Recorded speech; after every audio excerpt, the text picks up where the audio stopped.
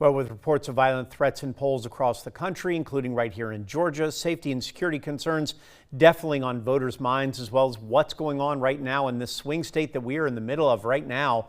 WSAV's Archith Seshadri joins us from our Atlanta bureau. Of course, Archith, first question, we've already seen bomb threats here in our area. So what extra measures are officials taking to make sure those polls are secure?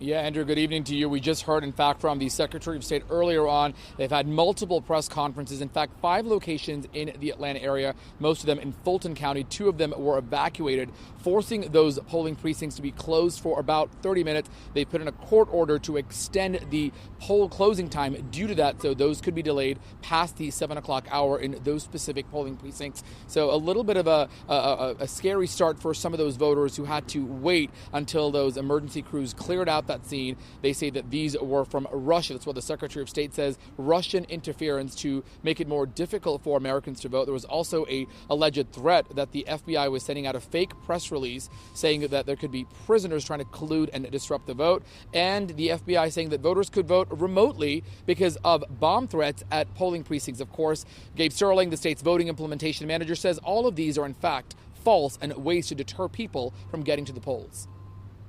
The effect on the voter turnout today because of some of these things, and what is that turnout been like? Well, we're in Midtown Atlanta. This is Park Tavern. So we've talked to the polling directors here, and they say they've had no real issues. Lines have been moving relatively fast, which has been the case at most of the polling precincts here in the metro Atlanta area. In fact, the wait time on average is about 2 minutes, the check-in time about 49 seconds. So certainly that momentum picking up. They're expecting about 1 million voters by the time polls close to cast a ballot today. So if you haven't already, you still have about 2.5 hours to cast your ballot before that 7 o'clock deadline tonight.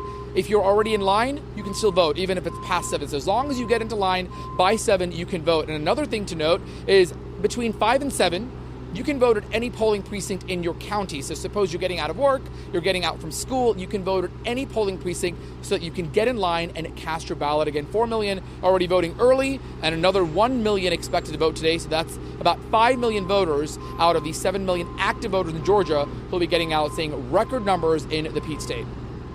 Once you're in line, as long as it's before 7 o'clock, you can still vote, and that's very important to remember. Okay, you get to put on your political expert hat for a minute. How important is Georgia right now in this race from all those pre-polls that we've been talking about?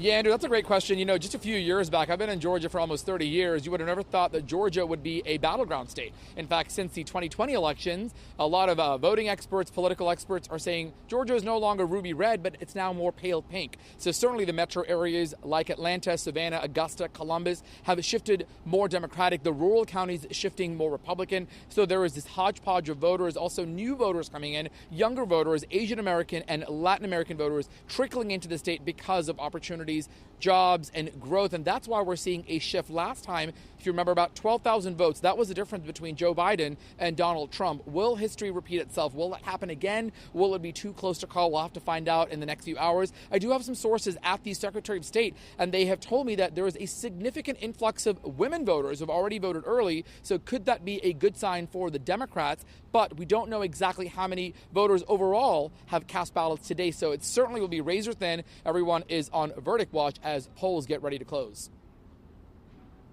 Exact number, but Secretary Raffensperger earlier said that early voting could actually speed up the counting process when it comes to Georgia votes. Yeah, Andrew, this is good news because a lot of times we're waiting on edge, finding out when those results are going to come in. Because of early voting and absentee voting, there is a new requirement that counties have an hour to report their data, their numbers, 1 hour after polls close. So we could see about 75% of Georgia's results between the hours of 8 and 8:30.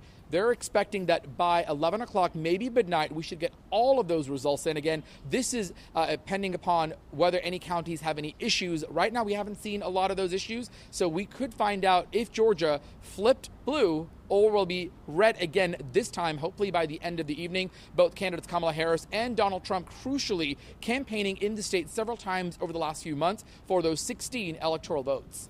All right, Archith, so good news for you because you might actually get some sleep tonight if that happens. So appreciate everything so much. Thanks so much. And of course, stay with WSAV as our coverage of the election results continues all night long. We'll bring you the latest in the number of votes for both local and national races. And you can always check our website, wsav.com/yourlocalelection HQ. We'll have minute by minute updates both on air and online.